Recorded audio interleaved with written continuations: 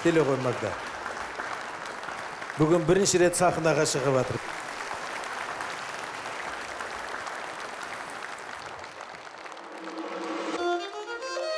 Әке, ана, біріңіз айымыз бол, біріңіз күніміз бол, біріңіз нұр, біріңіз гүліміз бол.